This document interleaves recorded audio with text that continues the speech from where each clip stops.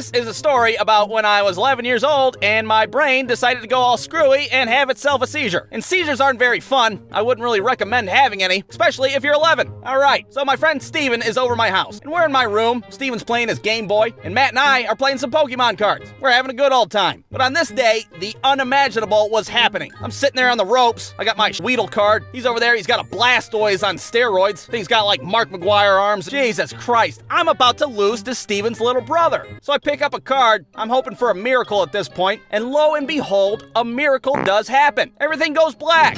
I fall over like a sack of potatoes, and I start foaming at the mouth like a wild animal. I'm having what some people would call a seizure. And I didn't even get to have one of the fun seizures. You know, where you're flopping around like a fish? No, I just laid there, half dead, eyes wide open. What a ripoff. Now, Steven and Matt, they see this whole thing, and they think I'm faking it. Oh, come on, I was just about to win. Stop laying there. Who knows how long I laid there before my dad finally walked in? Hey, what do you guys want on your hot dogs? Whoa, what happened to him? Ooh, I want ketchup. Oh, yeah, we think your son's dead. Now, I don't remember any of this because my brain doesn't work anymore, apparently. The next thing that I did remember is waking up on the couch with everybody staring at me. What the heck? The paramedics bust through the door. They carry me to the ambulance. I'm still completely oblivious to what's going on.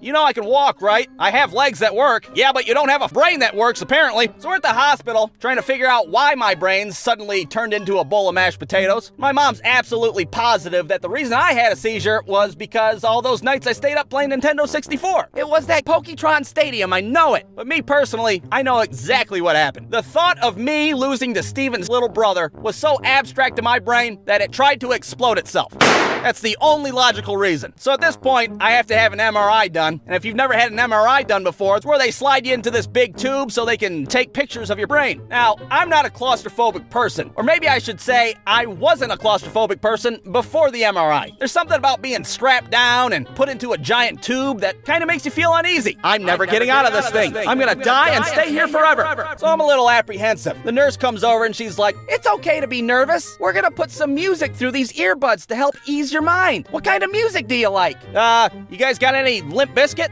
Let me check."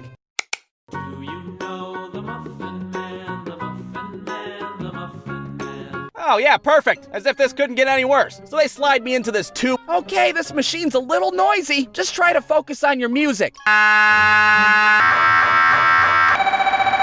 Oh yeah, a little noisy. That's a bit of an understatement, don't you think? So much for the Muffin Man, I can't hear anything. So there I am, completely stuck in a tube, listening to R2-D2 with a garbage disposal. Every now and then the machine would stop, Muffin Man would chime back into my ears. Oh, the Muffin Man, When I finally get out of that thing, I'm like, hey, thanks a bunch, guys, but I think I'd rather have the seizures than do that again. So at this point, we had to wait for the doctor to look at the results. And I'm not saying my doctor was stupid, but I'm pretty sure he wasn't all the way there. What was this big blobby thing? That's the brain, doctor. Oh, yeah, all right. Well, that's good, right?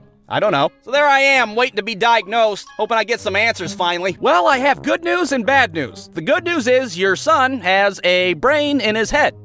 And the bad news is, what was your question again? Why did he have a seizure? Oh yeah, that's right. We don't really know. So now I have to get an EEG test. And an EEG test is when they glue a bunch of electrodes to your head and they sit you in front of a strobe light. I remember thinking a strobe light, oh my God, they're trying to make me have a seizure now. Okay, just sit back and relax. We're just gonna shine a few lights in your eyeballs.